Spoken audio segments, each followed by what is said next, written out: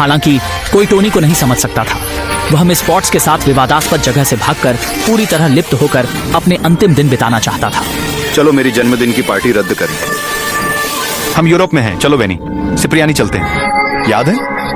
घर आने पर टोनी का शरीर सहन नहीं कर पा रहा था। रोड ने उसकी गर्दन पर निशान देखा, लेकिन टोनी ने उसे छल से पार लगा दिया। हम इसे अकेले नहीं कर सकते, तुम जानते हो। काश मैं ऐसा मान सकता, मैं सच में मानता, लेकिन तुम मुझ पर भरोसा करो। टोनी ने कोवाल्सी से पूछा, अगर यह आखिरी जन्मदिन है तो तुम क्या करोगे? जो तुम सोचो उसे कर दो।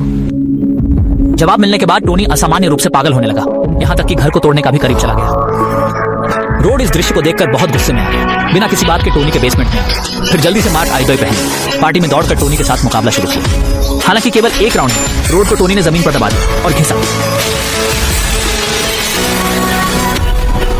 वह स्टील बेल को उठाकर रोड की ओर घुमाने लगा, लेकिन रोड भी कोई छोटा नहीं था। उसने जमीन पर पड़े स्टील पाइप को उठाया और टोनी पर बाट मारा।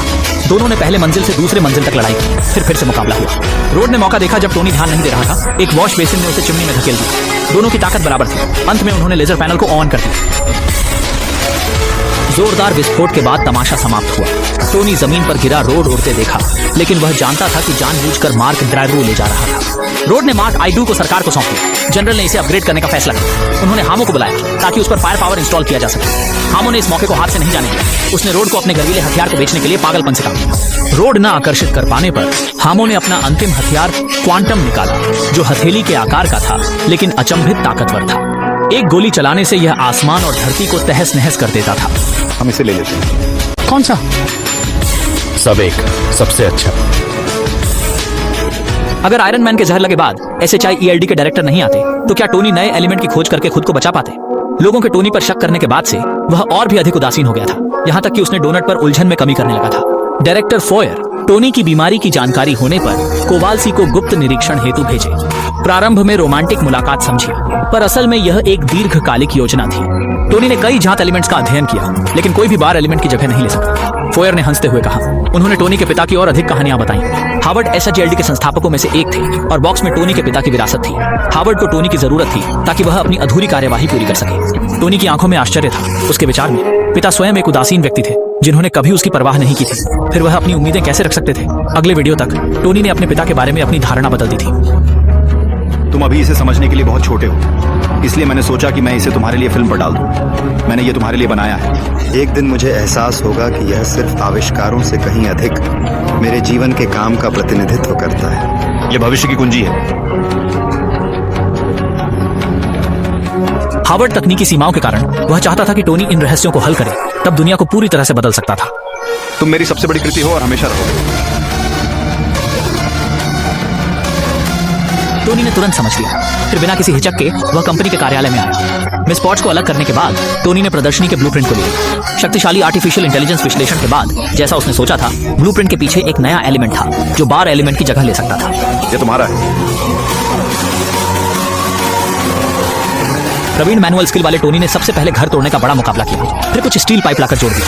पाइप असंतुलित थे, इसलिए उसने कैप्टन अमेरिका का ढाल लेकर उन्हें कूदने के लिए रखा। एक तीव्र रोशनी की किरण में नया एलिमेंट अंततः पैदा हुआ। साथ ही हामो ने मार्शल ओजोको के साथ मिलकर आयरन आर्मी को भी सफलतापूर्वक बनाया। मार्शल ने टोनी से कहा कि वह अगले 40 मिनट में दोनों परिवारों की बुरी नीयत को समाप्त कर देगा। इसका मतलब था कि एक बड़ा युद्ध शुरू होने वाला था। यह आदमी कितना घमंडी है। सार्वजनिक रूप से उसने बिना परिवार की परवाह किए मैं आयरन मैन की जगह लूंगा कहा। उसने अपने कंपनी के अनुसंधान और विकास के परिणाम दिखाए। मंच के नीचे से धीरे धीरे आयरन आर्मी उठी और मशीन युद्ध उसके सबसे गौरवपूर्ण काम था। इस समय टोनी ने नए एलिमेंट का उपयोग किया। पुनर्जीवित होकर आग में जन्म लिया। फिर बिना किसी झिझक के मार्क CI पहनकर स्टार्क एक्सपो में आया।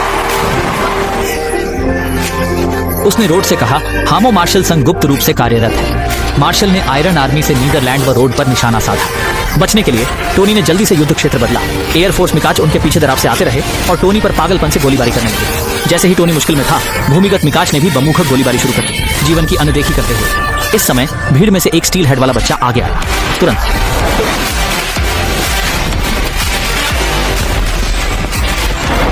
कोवाल्सी ने गुस्से में हामो को मेज पर दबा दिया, उसे बाहर लाने की कोशिश की।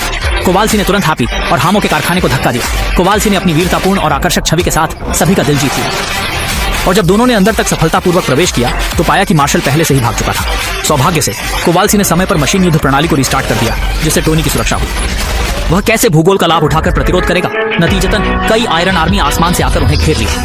रोड ने पूरी ताकत लगा दी। टोनी एक एक छोटे सैनिक जैसा था। टोनी ने केवल कातिल